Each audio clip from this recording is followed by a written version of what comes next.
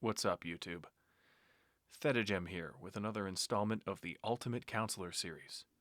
This series is meant to make you a well-rounded counselor, and today we're going to cover the car. The car is by far the easiest means of escape and survival in this game.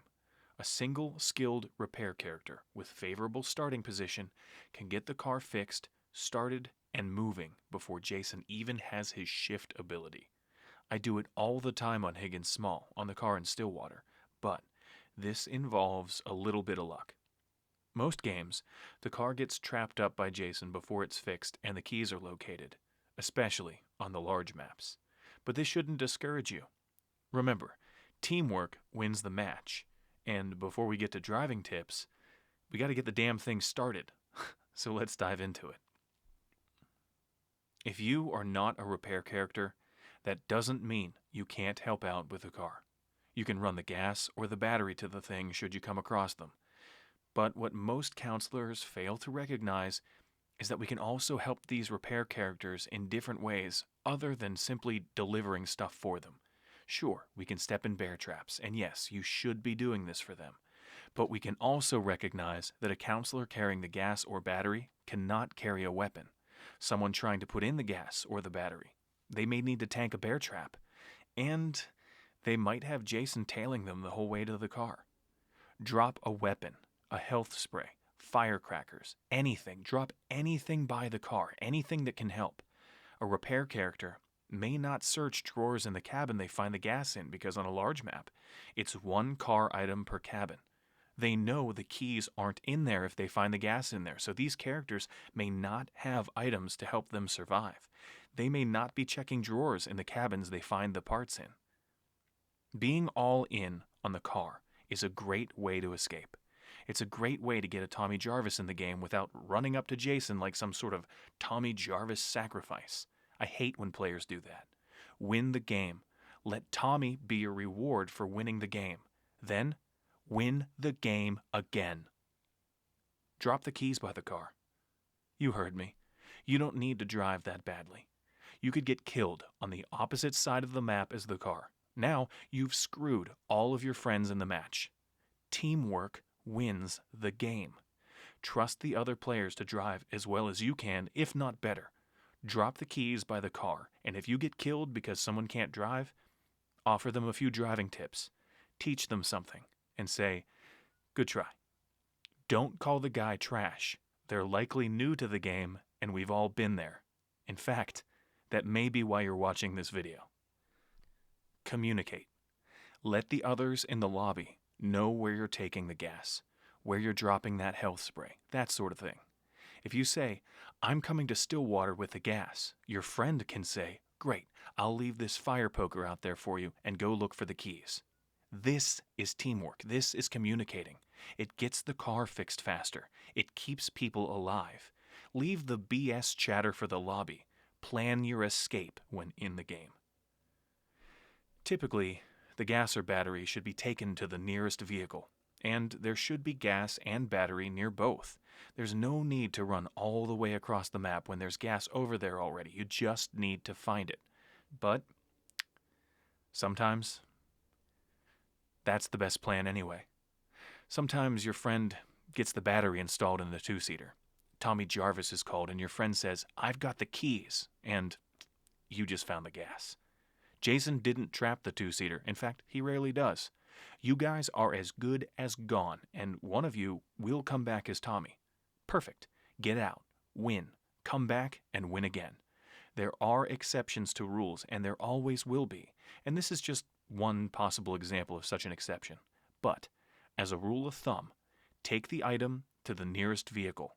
It sucks looking for gas in the wrong camp. Okay, great.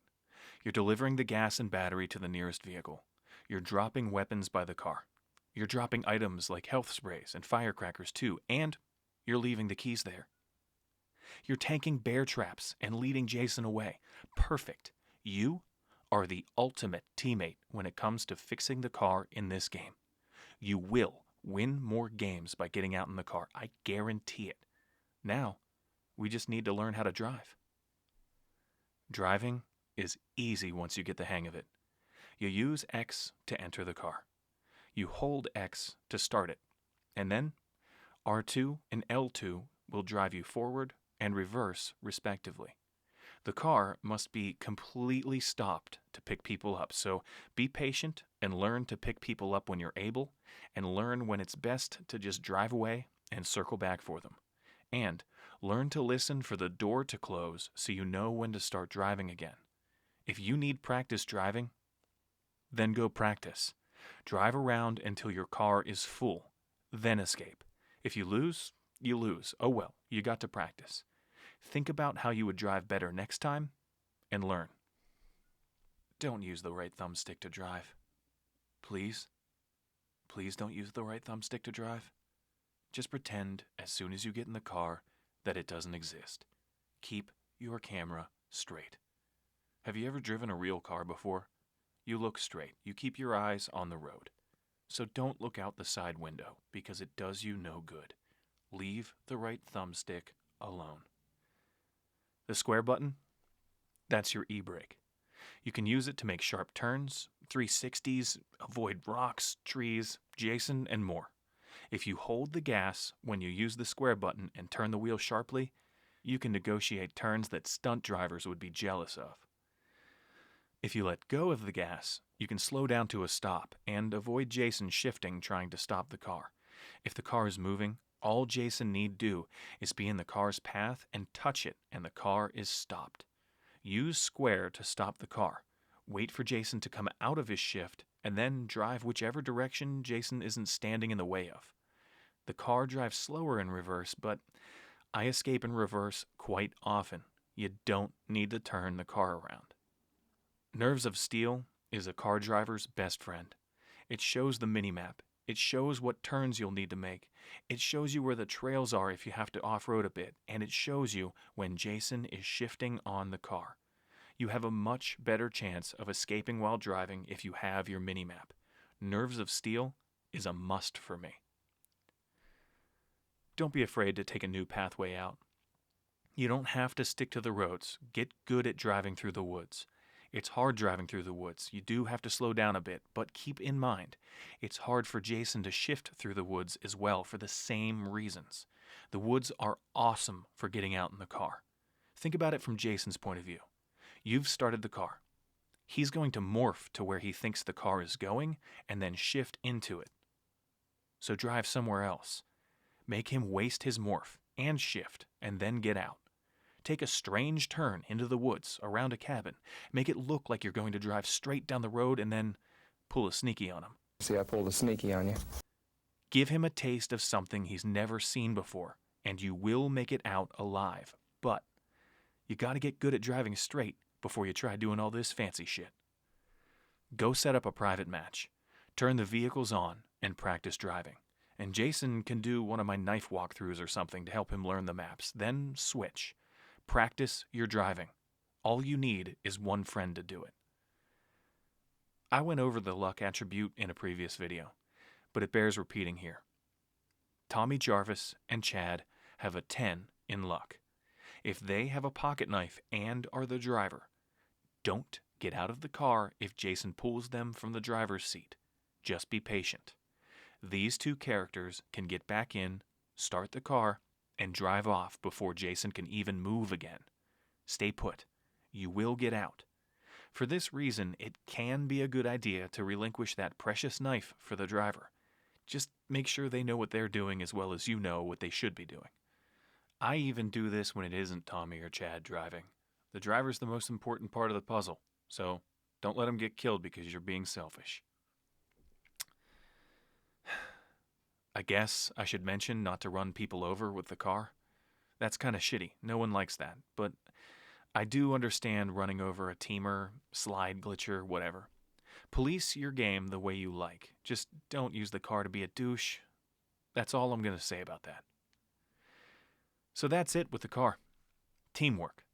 Remember, this is the easiest way to win the game. It should be your priority if you start near the thing as a repair character. With practice, you'll learn that the keys, gas, and battery are in fairly predictable locations nearest the cars, and you'll know where to look to find them. Unfortunately, a video on that isn't possible due to all the different map variants. You'll know with practice, though, and it's time you go get some. Get out there, get that car fixed, and win more matches. During the course of recording this video, I hit 100 subscribers on YouTube. Now that may not seem like a big deal to you, but it's a big deal to me.